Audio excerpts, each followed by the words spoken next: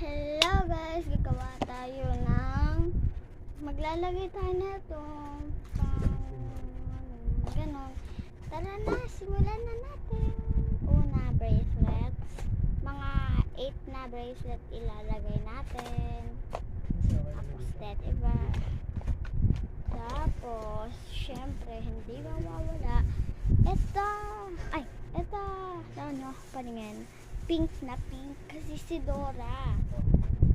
Yan, lagyan natin. Tapos syempre ito, nakita nyo, maganda. Lagyan natin siya. Tapos sarado na natin. Okay, ayan na guys. Okay, bye bye. See you in next my vlog. Bye.